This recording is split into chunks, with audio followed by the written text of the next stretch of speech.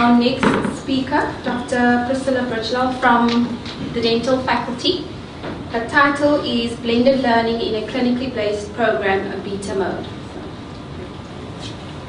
Good morning, everyone. Jared, I'm going to echo a lot of the things you spoke about today, and also I'd like to know what generation you would call adult learners, because the participants I'm going to talk about today are definitely not accustomed to technology. So a bit of background to the program. We basically engaged with adult learners who are actually graduates of the oral hygiene program, and as per HPCSA mandate, the scope of practice for oral hygienists was expanded twice. It meant that we had to develop programs to engage the graduates to achieve the additional qualification in order to be able to practice these expanded functions. So the purpose of the course was to facilitate learning and skills development of the clinical procedures added to the scope of practice. We had to develop short courses of 1 to 2 weeks in duration, and we found that the eColloquium platform was the ideal site to manage this whole process. So we went through the planning cycle process, which involved a situational analysis, a very detailed planning, the actual implementation, and then we did a bit of evaluation. But more background to the program. We had to consult with the HPCSA and policy documents because there were particular guidelines which had to be embedded as part of our program. And part of the HPCSA policy guidelines indicate that if ever you have to add anything new to a scope of practice, you have to get this training and education done at an accredited institution. So we had to do it at university level. We obviously had to go through the institutional bureaucratic processes, and I think, as you all know, having to register a course does take some time. It took us at least 2 years to register these courses. The implementation started in 2016 and it carries on till date, where every few months we try to host these programs. We've also gone through a thorough evaluation process, and we've also ended up with a publication, and it also provided a platform for a PhD on knowledge acquisition in adult learners. In terms of institutional responsiveness, we had to ensure that we had alignment of the course objectives and that of the expanded functions project. Basically, what did we want our students to know and be able to do at the end of the course? We also had to ensure that we implement technologies and methodologies to meet the needs of the course as well as those of the adult learners. In terms of who our students were eventually, we invited all graduates who did not acquire the new skills at undergraduate level to come in and have their skills upgraded.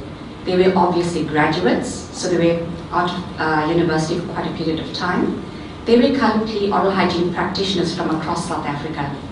Their age range was between 25 to 55 years, and were from the private and the public sectors. All of them were employed, and they obviously had to take leave of absence from work for at least 1 to 2 weeks in order to do these courses. We had to do a lot of arrangements logistically. We had to ensure that because of the duration of the course being so short, they obviously had to have pre-reading material, and we used the eColloquium platform to do that. We also had to ensure that all our delegates had access to laptops and the internet, and when they came for the face-to-face contact, that they had to have accommodation and transport as well. We have to also remember that these delegates were re-entering the higher education sector as adult learners, and some of them were returning about 30 years since they last studied. They all had different motivations for returning to do the course, and they also had different levels of preparedness for academic study, and all of them displayed anxiety to engage with the course as a whole. So our approach was to use a blended learning approach where we had face-to-face consultations, and we had the e-learning platform as well. Just to reflect on some of the experiences of the learning program, so some of the delegates responded by saying that they found it useful to prepare. At least 75% found it useful to be used as a platform to prepare for the course. However, only 76% engaged with the actual online assessments that we did. So what we tried to embed as part of the preparation process was to have self-assessments where we were able to determine how much these graduates were coming in with, how much we had to reflect or go back, and where we could start from in terms of delivering the course material. Only 76% actually read the material placed on eCanva prior to the course. And 96% did find the reading material quite relevant when they actually prepared for the course. In terms of the actual experiences of the students upon evaluation, we found that they did prefer face-to-face contact at the end. 90% found that the pre-course reading material, feedback sessions, and video clips were quite useful in preparing them for the classes or for the clinics. And some users of eCanva could not access the site to do any of the pre-reading or self-assessments, and those were the kind of challenges we experienced, which I will share with you. And just one quote to capture the essence of how some of them felt. To be honest, I did not access the website as I am not up to date with technology. I am terrible at anything online. Please email me the notes. And just to reflect on some of the experiences of the lecturers on the program. In terms of the online assessments, we felt that technical support must be on standby. The assessment we had once did not go live, and we had to end up doing a duplicate assessment. And thankfully, some of us had the skills of navigating the system, so we were able to create that duplicate assessment and run it live again. We also found that some computers did not log in because there were several problems between the Mitchell's Plain lab and the main campus. The Mitchell's Plain lab is the actual site where we were conducting the course. There was also intermittent access, where some of the delegates got cut off in the middle of an assessment. And this also happened when we were trying to do assessments at home, besides being here on campus as well. Then we found that eventually hard copies of the assessment was critical as a backup plan. In terms of our reflections on this whole blended learning approach, it definitely has potential to transcend time and space boundaries, especially in the context that we were in, with short courses of a duration of 1 to 2 weeks. It certainly improved convenience and effectiveness for individual as well as collaborative learning. We also found that the course objectives were best met with skilled teachers at the center of the model, and that's where I echo our colleague Gerard Feliz. This certainly allowed for a shift in student accountability and responsibility, and it was a start for independent learning for many of these delegates that came to us. And again, it was the start of lifelong learning for them as well. We also found that we had to be more strategic and meaningful in our planning, especially in terms of infrastructure and support that these adult learners required. So then what is a beta mode, or beta mode? Basically, beta is a phrase used in technology where we are incomplete, where there's errors and mistakes being made.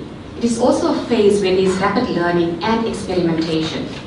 Being in a beta mode is focusing on progress and not on perfection. So that's where we find ourselves today in the context of having to deliver these short courses. Thank you.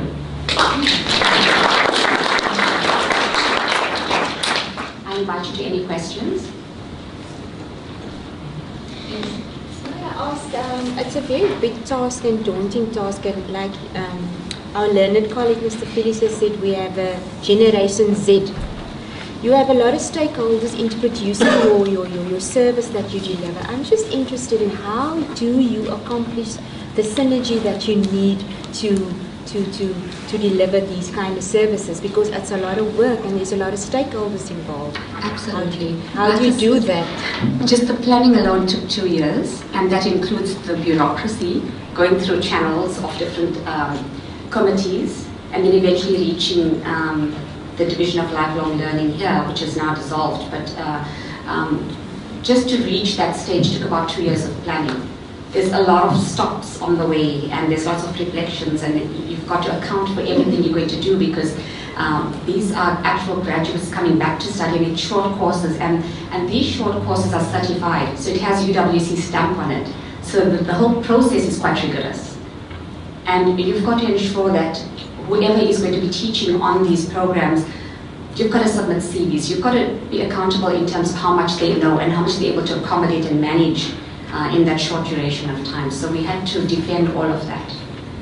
And getting the delegates was not a problem because of the HPCSA mandate that if you want to practice certain procedures, you have to go and study at an accredited institution.